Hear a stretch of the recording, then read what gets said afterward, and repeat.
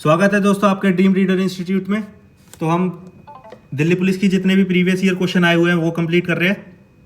कुछ दिनों से वीडियो रेगुलर नहीं हो पा रही थी, अब से शायद नहीं वीडियो रेगुलर आएंगी। और आप प्रैक्टिस करते रहना मैथ की, क्योंकि मैथ प्रैक्टिस से ही आता है। अगर आपने प्रैक्टिस नहीं की तो दिल्ली पुलिस का मैथ सही आता है, आपके वही 15 में से क्या कहते हैं 4, 6, 7 नंबर आएंगे। ठीक है, पहले क्या कहते हैं जितने प्रीवियस ईयर में करा चुका हूँ वो वाले करना, उसके बाद जो ये आज हो रहा है वो वाला करना। ठीक है, तो स्टार्ट करते हैं पहले क्वेश्चन से। तो मैं इंग्लिश के अंदर क्वेश्चन पढ़ूंगा। A metallic slab having a dimension of 35 centimetre, 11 centimetre and 20 centimetre is melted and recast into the shape of the wire of the radius of 0.7 mm. What is the length of the wire? तो मैं हिंदी के अंदर बता देता हूँ। 35 centimetre, 11 centimetre और 20 centimetre आयाम वाले धात्विक स्लैब को पिघलाकर 0.7 mm त्रिज्या वाले एक आकार में ढाला गया है। कौन से आकार में ढाला गया है? तार बनाया गया है। तार क्या होता है? बेसिकली तुम्हारा बेलन की शेप होती है। तार को जब तुम कहते खींचोगे एक तरीके का बेलन ही होता है, पतला बेलन हो गया एक तरीके से तुम्हारा वो। ठीक है, जिसको क्वेश्चन समझ में आ गया है वो करेगा वीडियो को पॉज करके, और जिसको नहीं आया है मैं करा रहा हूँ वैसे करेगा। ठीक है, अब तुमसे क्या कहते हैं, ये दे रखा है, ये तुमने नोटिस किया 0.7 दे रखा है, ये mm में दे रखा है। अब जब तुम्हें पता है क्या कहता है 1 mm की कितनी वैल्यू होते हैं जब सेंटीमीटर में करेंगे? जब तुम 1 mm को क्या कहते हैं सेंटीमीटर में कन्वर्ट करोगे तो क्या होगा? 0.1 सेंटीमीटर होता है। ठीक है, ये चीज़ अगर तुम्हें आती है तो ये क्वेश्चन होगा। वैसे अगर क्या कहते हैं तुम इसको इग्नोर भी कर दोगे तब भी आंसर निकल जाएगा, क्योंकि इसमें जो वैल्यू है इस तरीके से सेट है कि तुम्हारा आंसर डायरेक्ट तुम आंसर के पास पहुंच सकते हो। पता कैसे? जैसे अभी मैं करता हूँ 35 × 11 × में 20।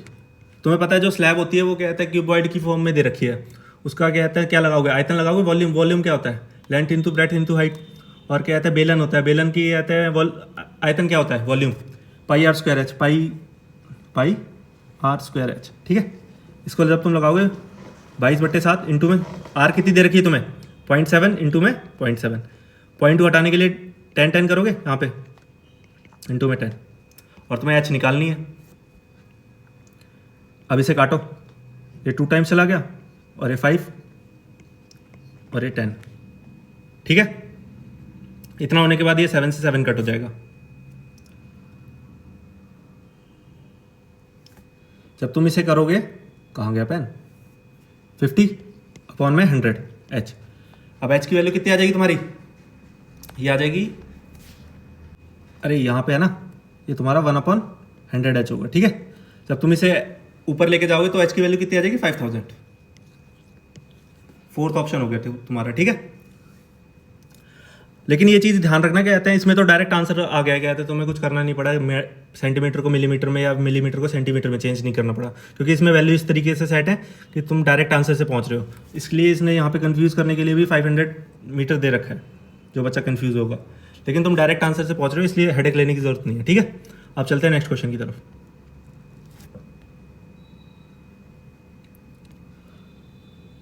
6 spherical balls of the radius of the 7 centimeter are dropped into the bucket, which is full of the water up to the brine. The water flowed out is collected in the cylindrical jar. The radius of the jar of the radius is 14 centimeter. What is the height of the water in the jar? ठीक है, क्या कह रहा है question? एक बार मैं हिंदी के अंदर बता देता हूँ। 6 तुम्हारे पास क्या कहते हैं गोलाकार गेंदे हैं। ठीक है, और उसकी क्या कहते हैं त्रिज्या कितनी है? 7 सेंटीमीटर है। और एक क्या कहते हैं जो बेलनाकार बकेट है उसके अंदर क्या कहते हैं डाली गई है वो बॉल, और जो उसमें से क्या कहते हैं पानी है बाहर निकल के आ गया है। तुम किसी मतलब मान लो एक बाल्टी है, बाल्टी पूरी तरीके से पानी से भरी हुई है, तुम बॉल डालोगे उसके अंदर तो पानी फैल के बाहर ही तो जाएगा, जाएगा कि नहीं जाएगा? तो वो पानी जो फैलेगा क्या कहते हैं वो सिलेंडर जो नीचे रखा हुआ है उसके अंदर जाके कलेक्ट हो रहा है। ठीक है, तो जो पानी बहेगा ना कहते हैं बकेट में, बाल्टी में से उन बॉल को डालने के बाद वो कलेक्ट किस में किया गया है? इकट्ठा किया गया है। कहते हैं एक बेलनाकार वाली, कहते हैं एक बेलनाकार में इकट्ठा किया गया है। तो अब ये पूछा तुमसे जो पानी बाहर बहा है 14 सेंटीमीटर क्या है, उसकी क्या है त्रिज्या उस बेलन की। ठीक है, जिसके अंदर वो पानी इकट्ठा किया गया है। तुमसे पूछा गया था वो पानी की हाइट कितनी होगी, कितना पानी उठ गया होगा। अब मैं तुम्हें एक्सप्लेन करता हूँ अगर, ठीक है, जिसको आ गया वो एक बार कहते हैं करेगा, वीडियो को पॉज करके, जिसको नहीं आया उसको मैं समझा रहा हूँ।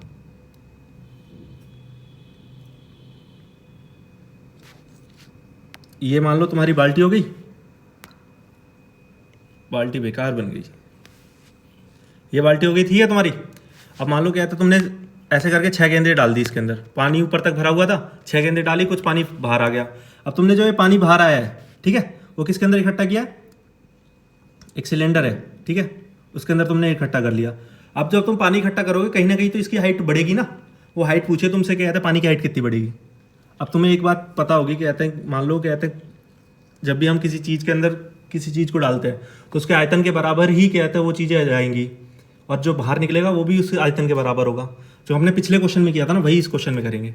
दोनों के कहते हैं, मान लो तुम्हें गोलाकार गेंदों का कहते हैं आयतन पता है, गोले का आयतन कितना होता है, 4/3 पाई r³, ठीक है। और ये कितनी गेंदें हैं, ये है तुम्हारे पास 6 गेंदें हैं, ठीक है।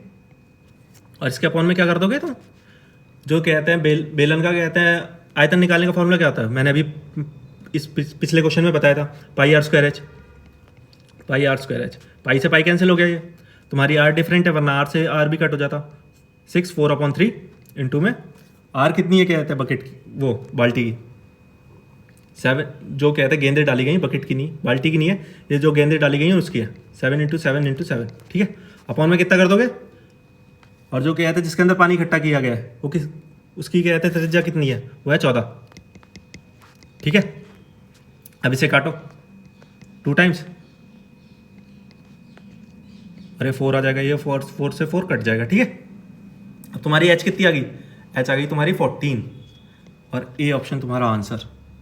जिसको क्वेश्चन समझ में नहीं आया वो वीडियो को एक बार रिवाइंड करना और फिर से देखना, और 8-10 बार देखना, आ ही जाएगा समझ में। अब चलते हैं नेक्स्ट क्वेश्चन की तरफ।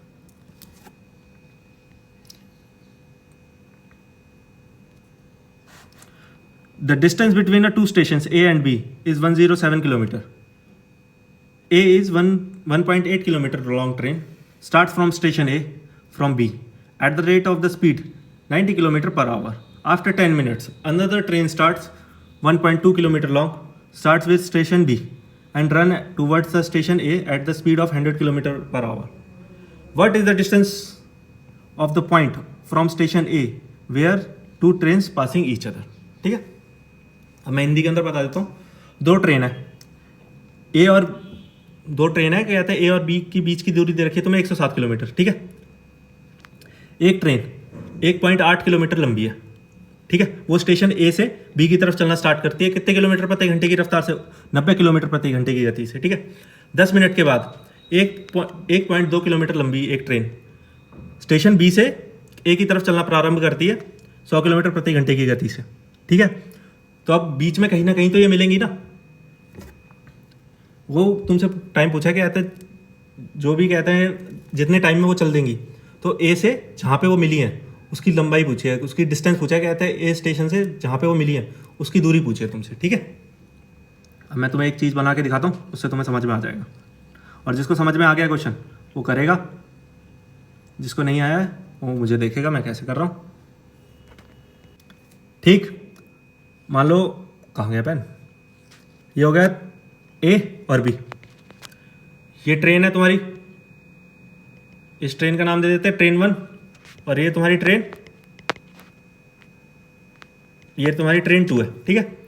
ये चलना यहाँ से स्टार्ट करती है, अब ये भी चलना स्टार्ट करती है 10 मिनट के बाद, ये मान लो यहाँ पे मिलती है, ठीक है, और तुमसे ये डिस्टेंस पूछी है तुमसे। आ गया क्वेश्चन समझ में? अब तो करना स्टार्ट करते हैं इस क्वेश्चन को, फिर बस यही लाइन समझने की है और कुछ नहीं समझने का। अब तुम्हें पता है क्या आता है, वो 10 मिनट तक चल दी है पहले जो ट्रेन है, कितने की स्पीड से चल रही है, 90 की स्पीड से चल रही है, 90 की स्पीड से चल रही है, 1 घंटे के अंदर 90 किलोमीटर चलेगी, यानी कि 1 घंटे में कितने मिनट होती हैं 60, और कितने मिनट चल रही है वो 10 मिनट चल रही है, तो इसे निकाल लेंगे, ये कितने टाइम चला जाएगा तुम्हारा 15, तो कितना चल देगी वो 15 किलोमीटर, मतलब ज़्यादा चल देगी। जब क्या कहते हैं बी चलना स्टार्ट, बी स्टेशन से एक दूसरी जो ट्रेन है वो चलना स्टार्ट करेगी, उससे पहले जो ए स्टेशन से जो ट्रेन चली है जिसकी लंबाई 1.8 किलोमीटर है वो 15 किलोमीटर चल चुकी होगी, ठीक है। तो 107 में से अपन 15 घटा देंगे, ये कितना आ जाएगा तुम्हारा, ये आ जाएगा तुम्हारा 92, ठीक है। अब तुम्हें पता है क्या कहते हैं, जब अपोजिट डायरेक्शन में, विपरीत दिशाओं में जब ट्रेनें चलती हैं एक दूसरे की तो क्या कहते हैं हम स्पीड को जोड़ते हैं, ठीक है। जोड़ेंगे कि नहीं जोड़ेंगे, अगर तुम्हें ये चीज़ नहीं पता है तो तुम्हारे बेसिक बहुत कमज़ोर है, तुम्हें और प्रैक्टिस की ज़्यादा ज़रूरत है, मतलब रगड़ा लगाने की ज़्यादा ज़रूरत है। तो 92 किलोमीटर हो गया। अब स्पीड जोड़ोगे, एक जो क्या कहते हैं बी से स्टेशन बी से ए की तरफ आ रही है, उसकी स्पीड कितनी है 100, और जो क्या कहते हैं स्टेशन ए से बी की तरफ जा रही है उसकी स्पीड है 90। तो इन दोनों को जोड़ोगे कितना आएगा 190। ठीक है, इसके अंदर हम 3 किलोमीटर और जोड़ेंगे। ये पता है 3 किलोमीटर क्यों जोड़े अपन ने? इसलिए जोड़े हैं 1.8 किलोमीटर तुम्हारी एक दूसरी ट्रेन है और 1.2 किलोमीटर की तुम्हारी एक दूसरी ट्रेन है। ठीक है, ट्रेन ए 1.8 किलोमीटर की है और ट्रेन बी तुम्हारी 1.2 किलोमीटर की। इसको ऐड करोगे तो कितना आ जाएगा 3। ठीक है, तो ये कितना हो जाएगा 95/190। ठीक है, समझ आया? समझ आया कि नहीं आया? वैसे 3 समझना है। और ये जोड़ा क्यों है? मान लो क्या था, पूरी ट्रेन जब आपस में क्रॉस करेगी तो वो डिस्टेंस भी तो कवर कर लेगी पूरा का पूरा। जो आखिरी डब्बा होगा क्या कहते हैं ट्रेन ए का और आखिरी डब्बा होगा ट्रेन बी का, तभी तो तुम कहोगे कि ये पूरी ट्रेन पास कर गई है एक दूसरे को क्रॉस कर गई है। ठीक है, इसीलिए अपन ने जोड़े। ये कितना है? जब तुम इसे कट करोगे कितना आ जाएगा तुम्हारा 1/2।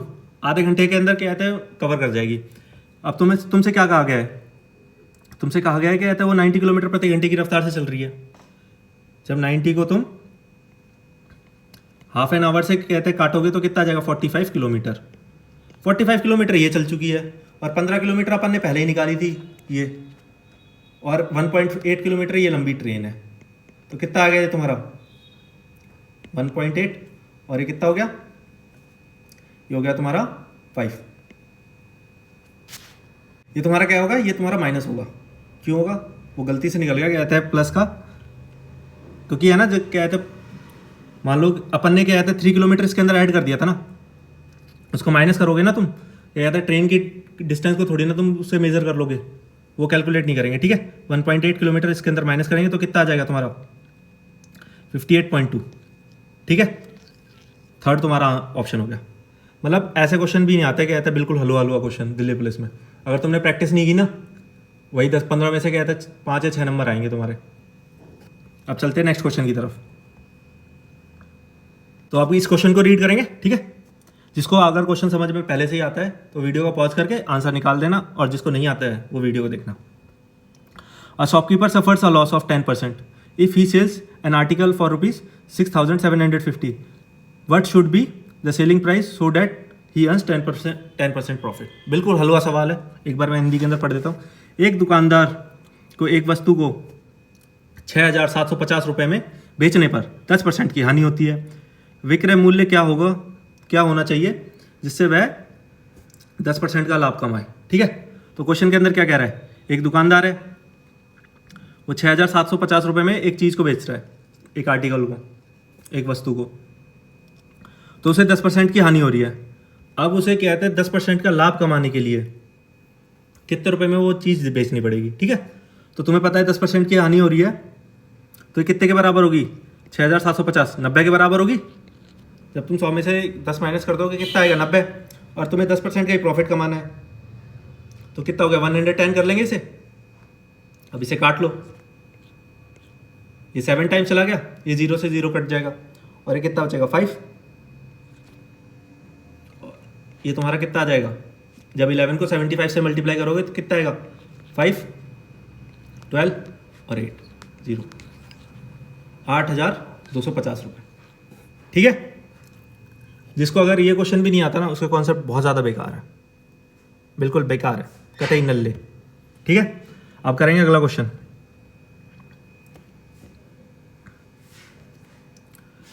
Six men can complete a work in 48 days. In how many days will 4 men and 8 women complete the same work if one man does as much as women? ठीक है, तो मैं हिंदी के अंदर बता देता हूँ। 6 आदमी एक काम को 48 दिनों में पूरा करते हैं। 4 पुरुष और 8 महिलाएं उसी काम को कितने दिनों में पूरा करेंगे यदि एक पुरुष 2 महिला के बराबर काम करता है? जिसको क्वेश्चन समझ में आ गया है वो एक बार कहते हैं वीडियो को पॉज करके अटेम्प्ट करने की कोशिश करेंगे। जिनको नहीं आया है वो कहते हैं मुझे देखेंगे कि मैं कैसे कर रहा हूँ, उसके बाद प्रैक्टिस करेंगे बुक से। ठीक है, मान लो तुम्हें पता है कि कहते हैं क्वेश्चन ये कह रहा है जो जितना एक आदमी काम कर रहा है ना, उतनी 2 महिलाएं मिलाकर काम कर रही हैं। ठीक है, 2 वुमेन। मान लो कहते हैं एक आदमी 1 घंटे में 20 काम कर दे रहा है, तो 1 घंटे में 20 काम को करने के लिए 2 महिला लगेंगी, ये कहना चाह रहा है क्वेश्चन को। बस यही लाइन पकड़नी है। और क्वेश्चन के अंदर कहा गया है 4 आदमी और 8 औरतें जो काम कहते हैं 6 आदमी 48 दिनों में कर पा रहे हैं, तो 4 आदमी और 8 औरतें कितने दिनों में पूरा कर देंगी, बस ये पूछा है तुमसे।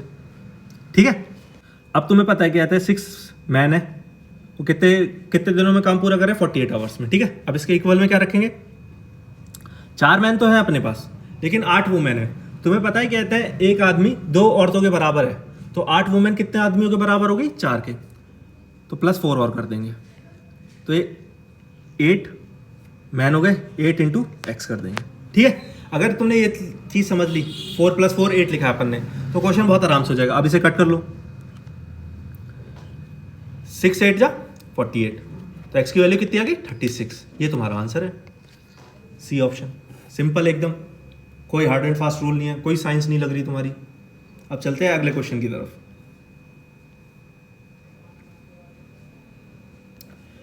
सरिता took a loan for ₹18,600, partly at 5% and rest is 8% per annum. Simple interest. She total paid 4,800 after 4 years as a interest. What is the difference between the amount borrowed of the two different rate of interest? तो मैं हिंदी के अंदर बता देता हूँ। सरिता ने 18,600 रुपये में से कुछ 5% पर और शेष 8% प्रतिवर्ष पर साधारण ब्याज पर ऋण लिया। उसने 4 वर्ष के बाद ब्याज के रूप में 4,800 रुपये का भुगतान किया। 2 अलग अलग ब्याज दरों पर उधार ली गई धनराशियों का अंतर बताना है तुम्हें। बिल्कुल आसान है। कुछ बच्चे होंगे कि कहते हैं 8,000 को जो इंटरेस्ट में दिया हुआ है उसी रेशो में बांट देंगे। जैसे तुम्हारा रेशो क्या बन रहा है, 5:8 बन जाएगा, तो इसी के अंदर बांट देंगे और उनका डिफरेंस निकाल के कहते हैं कैलकुलेट कर लेंगे। अब तुम्हें पता है क्या है, तो कुछ बच्चे ऐसे करेंगे कि कहते हैं जो इंटरेस्ट का रेशो दे रखा है 5% दे रखा है और 8% दे रखा है। ठीक है, इसी को रेशो में कन्वर्ट करके कहते हैं और रेशो में निकाल देंगे, लेकिन वो तरीका गलत है। ठीक है, तो इसके अंदर करेंगे क्या, तुम्हें इंटरेस्ट दे रखा है 4,800 का, तुम्हें पता है 4 साल का है, तो 1 साल का निकालेंगे कितना आ जाएगा, 1,200 रुपये। अगर जिसको डेविएशन मेथड आता है परसेंटेज का, वो इस क्वेश्चन को बड़े आराम से कर लेगा। कैसे, टोटल उसने 18,600 रुपये की उधारी ली है सरिता ने। अब तुम्हें पता है क्या कहता है 5% को इंटरेस्ट तो उसे देना है, दोनों अमाउंट है 5% उस पर भी देना है जितना भी उसने एक्स अमाउंट लिया हो, और वाई अमाउंट पे भी 8% देना है। यानी कि तुम्हें इतना पता है कि 5% तो देना ही देना है इंटरेस्ट इसके ऊपर। जब इसका 5% निकालो कितना आएगा, निकालो इसका 5%, 0, 3 और 9, 930 रुपये 5% निकल के आ रहा है 18,600 का। जब लेकिन तुम्हें 1,200 रुपये इंटरेस्ट देना है, तो इसका डिफरेंस कितना हो गया, इसका डिफरेंस कितना हो गया तुम्हारा 270 रुपये। ठीक है, अब तुम्हें पता है क्या कहते हैं 5% तो हमने क्या कहते हैं जो वाई अमाउंट है उसका निकाल लिया, जो ये बचा हुआ अमाउंट है किसका बचा है, वो 8% के 3% का बचा है। जो 8% में से 5% तो निकाल लिया और जो बचा हुआ कितना है 3%, इसको 3 के इक्वल रखेंगे अपॉन इंटू में 100 कर लेंगे, क्योंकि 3% की वैल्यू 270 है। इसको 9 टाइम्स चला जाएगा और ये कितना आ गया तुम्हारा निकल के 9,000, और बच कितना गया तुम्हारे पास 18,600 टोटल अमाउंट है। एक 9,000 तुम्हारा एक्स हो, वाई अमाउंट हो गया, एक्स कितना आ जाएगा 9,600, इन दोनों का डिफरेंस कितना है 600 रुपये। यही तुम्हारा आंसर है, सेकंड ऑप्शन। कितना छोटा सोल्यूशन है। ठीक है, अब चलते हैं नेक्स्ट क्वेश्चन की तरफ। और जिसको ये क्वेश्चन समझ में नहीं आया ना, वो एक बार वीडियो को रिवाइंड करके देखना, 8-10 बार आ जाएगा। अगर तुम्हें फिर भी नहीं आ रहा तो तुम्हारी प्रैक्टिस की बहुत ज़्यादा ज़रूरत है, इतनी ज़रूरत है कि तुम सोच नहीं सकते। अब चलते हैं नेक्स्ट क्वेश्चन की तरफ।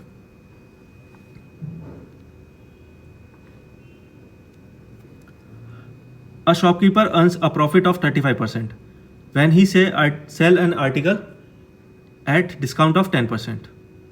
What will be the profit percentage if he gives 20% discount? तो जिसको क्वेश्चन समझ में आ गया वो एक बार कहते हैं मेरी वीडियो को पॉज करके कहते हैं क्वेश्चन को अटेम्प्ट करेगा। ठीक है, तो मैं हिंदी के अंदर पढ़ देता हूँ। एक दुकानदार 10% की छूट पर एक वस्तु पर बेचने पर 35% का लाभ अर्जित करता है। यदि वह 20% की छूट देता है तो लाभ प्रतिशत क्या होगा। ठीक है, मैं क्वेश्चन को बता देता हूँ एक बार। मान लो एक दुकानदार है, वो 10% की छूट देता है तो उसे 35% का लाभ हो जाता है। मान लो कहते हैं अगर वो 20% की छूट दे किसी वस्तु पे तो उसे लाभ प्रतिशत कितना होगा, ये तुमसे पूछा है। ठीक है, तो क्वेश्चन को करेंगे। तुम्हें क्या कहते हैं, मैं मतलब हर सेट में सीपी और एमआरपी का रेशो निकालना सिखा रहा हूँ। जिसको नहीं आता है मैं इस वीडियो में निकालना नहीं बताऊंगा, तुम जितनी प्रीवियस वीडियो है स्टार्टिंग की उनमें देखना, मैंने कई बार अच्छे से समझाया है तुम्हें, ठीक है। तो इस वीडियो क्या कहते हैं, इस डाटा के अकॉर्डिंग सीपी और एमआरपी का रेशो कितना हो जाएगा तुम्हारा, तो तुम्हारा सीपी हो जाएगा 90 और एमआरपी हो जाएगा 135, ठीक है।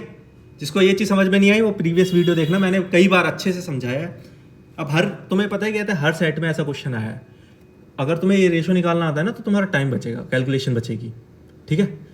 हर सेट में और लगभग हर पेपर में आता ही आता है इस रेशो से, मतलब इसका कंपैरिजन, मतलब और ये तो मतलब बेसिक है। अगर तुम्हें ये भी नहीं आता ना तो कहीं ना कहीं तुम्हारे कॉन्सेप्ट मिस हो रहे हैं, ठीक है। तो अब नेक्स्ट स्लाइड में क्या कह रहा है, कह रहा है 20% का डिस्काउंट देता है। अब 135 पे जब तुम 20% का डिस्काउंट दोगे कितना हो गया तुम्हारा 5 टाइम्स, और ये कितनी टाइम चला जाएगा 27। जब 135 में से 27 माइनस करोगे तो कितना आएगा तुम्हारा, ये आ जाएगा तुम्हारा 107। कितना परसेंट इन दोनों का डिफरेंस कितना है तुम्हें पता ही कहता है। तुम्हारा नया जो सेलिंग प्राइस है वो 107 आ गया, और 90 तुम्हारा सीपी है, क्रय मूल्य है, और 107 तुम्हारा विक्रय मूल्य है। इन दोनों का डिफरेंस कितना है, इन दोनों का अंतर कितना है, इन दोनों का अंतर है 17, ठीक है। तो ये कितना आएगा, यहाँ पे एक मिस्टेक हो गई है, यहाँ पे 108 हो जाएगा, ठीक है। जब कहते हैं तुमने यार बताते भी नहीं हो, कमेंट कर देना, ठीक है। तो ये डिफरेंस कितने का आ गया तुम्हारा, ये तुम्हारा डिफरेंस हो जाएगा 18 का, 17 का नहीं 18 का हो जाएगा, ठीक है। अब तुम्हें पता है क्या कहते हैं, तुम्हारे 18 रुपये क्या कहते हैं तुम्हारा प्रॉफिट हो रहा है किसके ऊपर, 90 के ऊपर, क्योंकि 90 तुम्हारा वो सीपी है, क्रय मूल्य है, और प्रॉफिट हम क्रय मूल्य पे ही निकालते हैं। और ये 2 टाइम्स चला गया, कितना हो गया 20%। ये तुम्हारा आंसर है ए, ठीक है। जिसको क्वेश्चन समझ में नहीं आया वो वीडियो को रिवाइंड करके देखना, आ जाएगा समझ में, क्योंकि मैंने एकदम बेसिक से बताया है, ठीक है। और ये बैटरी भी कम हो गई है आईपैड की। अब चलते हैं अगले क्वेश्चन की तरफ।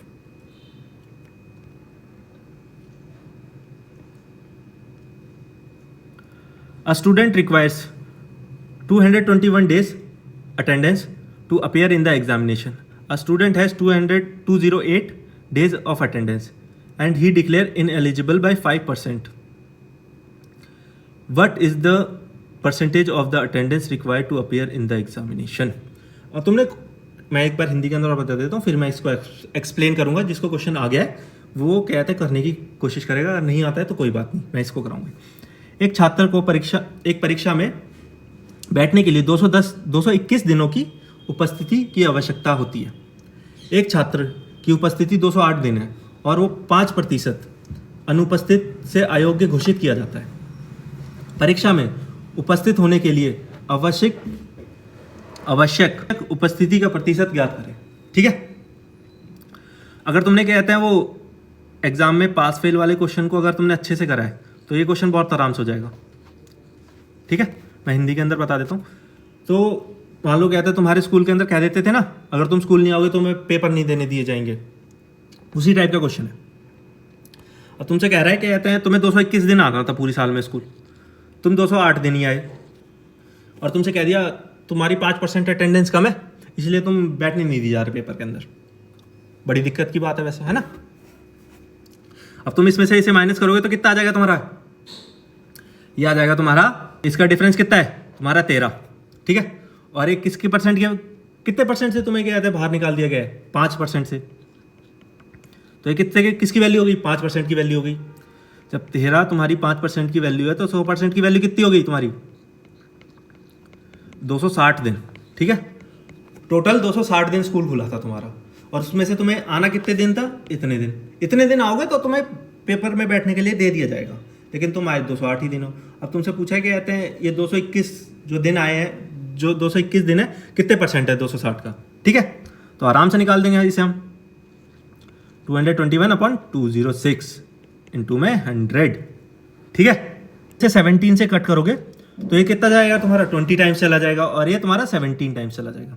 अब तुम्हें पता है क्या था, 20 पंजे 100 और 75 जा 85% तुम्हारा आंसर सी ऑप्शन, ठीक है। एकदम इजी क्वेश्चन। अब चलते हैं नेक्स्ट क्वेश्चन की तरफ, ठीक है। जिसको समझ में नहीं आया वीडियो को एक बार रिवाइंड करके देखना और अच्छे से समझना।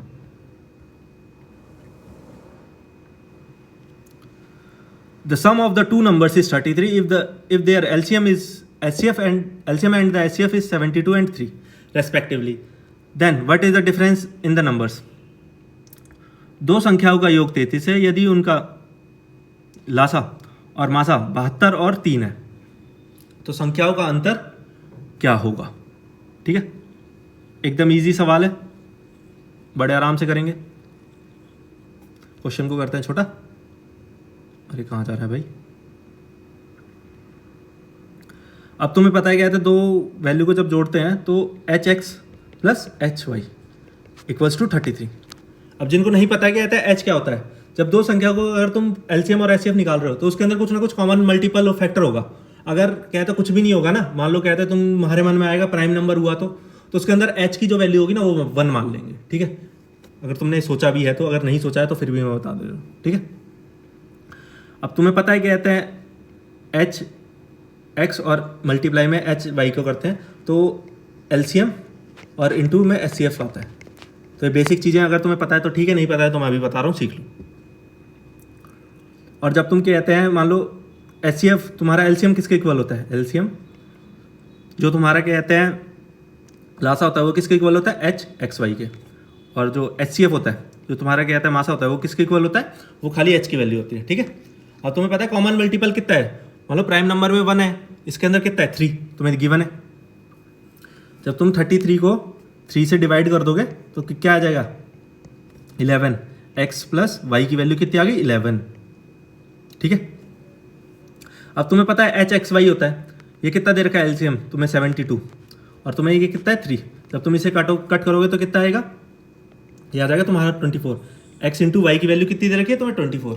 अब तुम यहीं से अगर कहते हैं थोड़ी इमेजिनेशन करोगे या फिर हिट एंड ट्रायल लगाओगे, तुम्हें पता है कहते हैं 11 कैसे बन रहा है, 11 तुम्हारा बन रहा है कहते हैं 5 और 6 को जोड़ के 11 बन रहा है। लेकिन 5 और 6 को जब तुम मल्टीप्लाई करोगे तो 24 नहीं आएगा वो तुम्हारा, तो ये हो नहीं सकता। जब तुम 8 और 3 को प्लस करोगे तो भी 11 आ रहा है, लेकिन वो 24 भी बन रहा है, तो क्या हो जाएगा, यही तुम्हारा आंसर हो जाएगा जो एक्स और वाई की वैल्यू होगी। इसे तो हम कैंसिल कर देंगे। ठीक है, और तुमसे पूछा क्या था डिफरेंस कितना है इनका।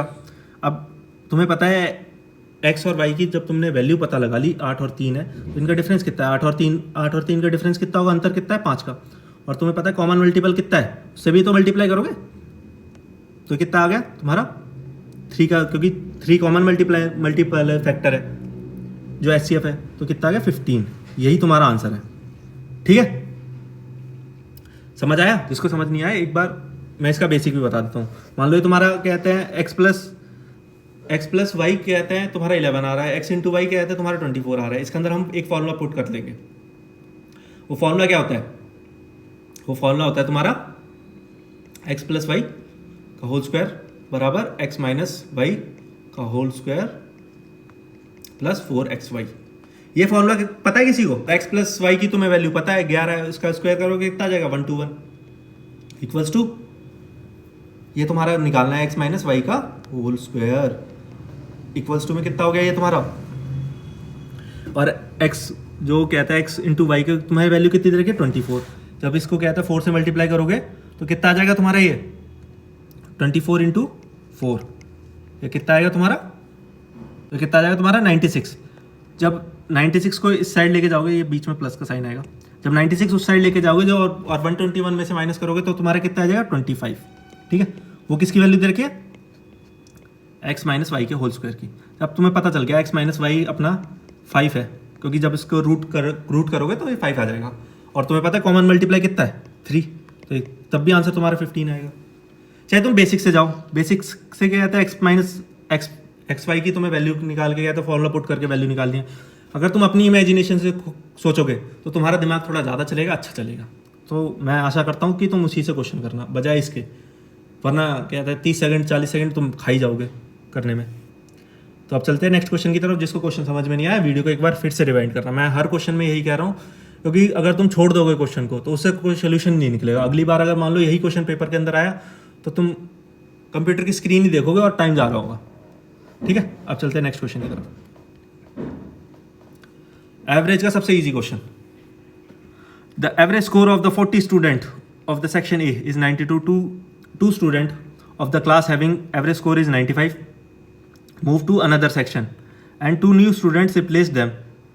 Now the average score of the section is 90.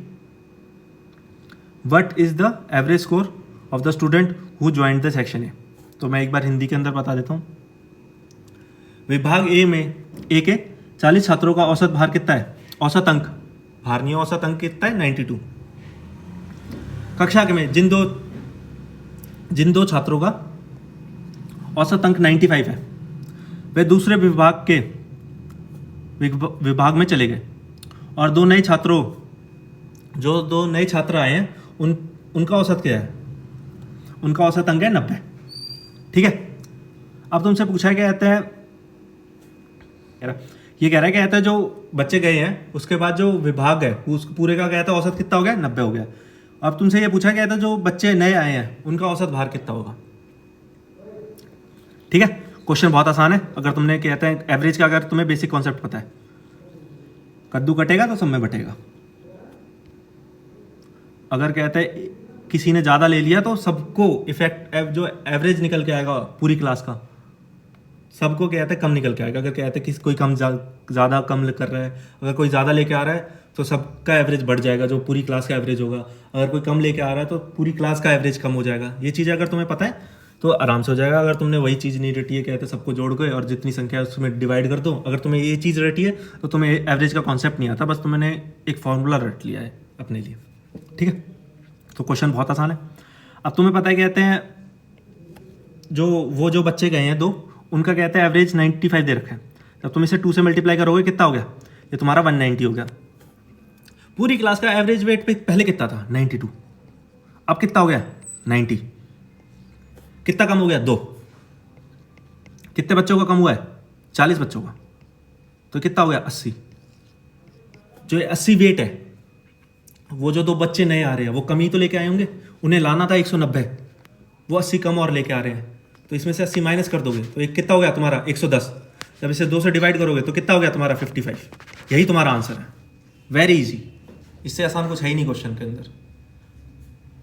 Question की लैंग्वेज ही 4-5 लाइन की. अगर तुम्हें आता है एवरेज तो बहुत आसानी से होगा, वरना लेंटर की पटिया ही देखनी है फिर तुम्हें पेपर के अंदर. ठीक है. अगर जिसको समझ में नहीं आया एक बार वीडियो को रिवाइंड करना, आराम से समझ में आ जाएगा. तो ये तुम्हारे 10-12 क्वेश्चन हो गए. मैं बेसिकली हर शिफ्ट में से वो क्वेश्चन उठा रहा हूँ जो थोड़े थोड़े कंफ्यूजिंग से और थोड़े बड़े हैं. हर क्वेश्चन को नहीं करा रहा हूँ, क्योंकि हर क्वेश्चन को कराऊंगा ना उससे कहते हैं वीडियो बहुत ज़्यादा लंबी होगी, फिर तुम एफर्ट नहीं लगाओगे. कहते हैं वीडियो को कहते हैं उसके अंदर, मतलब जब अगर तुम प्रैक्टिस सेट की प्रैक्टिस भी करोगे तो उसके अंदर तुम एफर्ट्स नहीं डालोगे कि हर क्वेश्चन तो करा ही दिए हैं हमें. ठीक है. इसीलिए कुछ क्वेश्चन मैं छोड़ भी देता हूँ. कमेंट करना अगर जो भी तुम्हें क्वेश्चन नहीं आ रहा है तो मैं वो बता दूंगा नेक्स्ट वीडियो के अंदर. अगर तुम कमेंट नहीं करते हो तो मुझे लगता है कहते तुमने सारे क्वेश्चन कर लिए हैं उस शिफ्ट के. ठीक है. और वीडियो को करते रहना, हर सब्जेक्ट को मतलब बराबर इंपॉर्टेंस देना. लेकिन अगर तुमने मैथ को छोड़ दिया, तुम ये सोचो कहते हैं बिना मैथ के हम कहते हैं मैथ के अंदर 4-5 नंबर लेके आ जाए और रीजनिंग के अंदर तुम फुल भी स्कोर कर लोगे तो तुम्हारा 29 स्कोर हो रहा है 40 में से. ठीक है. और कहते हैं तुम कंप्यूटर के अंदर इधर 8 लेके आ जाओ तो कहीं ना कहीं तुम्हें ना शायद नौकरी उस बच्चे को मिलेगी जिसकी जीके कहते हैं 50 में से जो 45 या 40 नंबर की जीके सही करने की दम रखता है, उसी को नौकरी मिलेगी. मैथ छोड़ रहे हो. अगर तुम मैथ में अच्छा स्कोर करना चाहते हो तो तुम्हें जीके में कहते हैं कम स्कोर करना पड़ेगा. जिसकी जीके कहते हैं वीक है वो मैथ के अंदर इतना स्ट्रॉन्ग कर लो ताकि 15 में से 15 ही आए मेरे, क्योंकि टाइम बहुत है अपने पास. ठीक है. तो मैथ में यही है कहते हैं तुम्हें प्रैक्टिस जितनी करो उतनी कम है. प्रैक्टिस करते रहना, नंबर बहुत अच्छे आएंगे. ठीक है. अगर वीडियो अच्छी लगती है तो लाइक करना और चैनल को सब्सक्राइब करना. अगर कोई कंप्लेन है तो कमेंट के अंदर लिखना, अगली बार से कहता है उसको कम किया जाएगा. ठीक है. Thanks for watching.